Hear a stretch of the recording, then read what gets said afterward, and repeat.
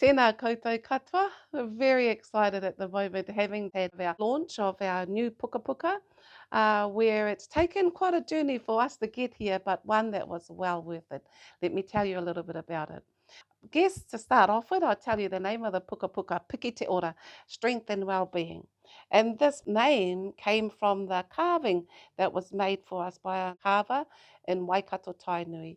His name is Te Whakamiha. We commissioned a carving to be made, and here we have this beautiful carving at the front of our pukapuka.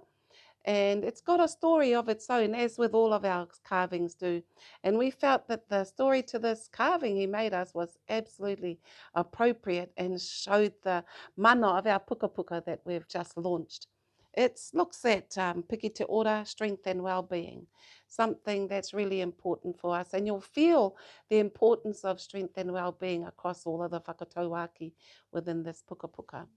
And I guess that one of the highlights for me in the pukapuka is at the very front page when we actually explain what the parts of our carving means. And we'll look forward to you having a look at the beauty of this mahi and how it relays how we're feeling as a staff, as an organisation, in the development of our very own Whakatauākī. I guess the next part for me is to give you just a quick example or an explanation of the difference between a Whakatauākī and a Whakatauki. And a Whakatauki is a proverb in which we don't know who the authors are, but they are super special.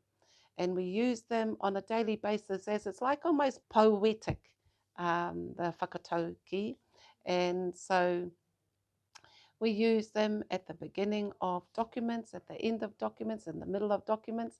But the poetry and the depth of the meaning of the Whakatauki align with what message we're trying to share with everybody. The Whakatauākī, which is what this book contains, are the proverbs that have been written by our staff. And we're from Whāngarei down to the Waiponamu in the South Island, as far as Otepoti, Dunedin. Some of our whakatauki that were written were just a moment in time, a moment one of our staff explained she was out on a bushwalk and felt the real connection she had to the rākau, to tāne mahuta, to the beauty of being in that space. So out of that came a whakatauākī. We shared some special moments of a grandmother and her son, his daughter and her grandchild, who then is four generations of beauty that's captured in one of our whakatauākī. You'll see some beautiful whakatauākī, and we hope that you'll be able to use them. We hope that you'll share them with everyone that you meet as well. But we know that they will be loved just as much as we have loved creating them. I guess a big, huge acknowledgement for me is the use of our first whakatauākī in our pukapuka is from one of my ancestors, Tā Himi Henare. So here it is here.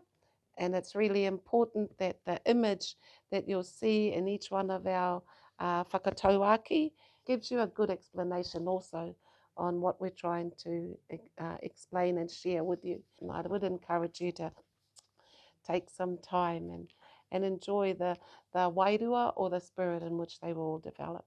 Ngā mihi nui kia koutou katoa. Kia ora.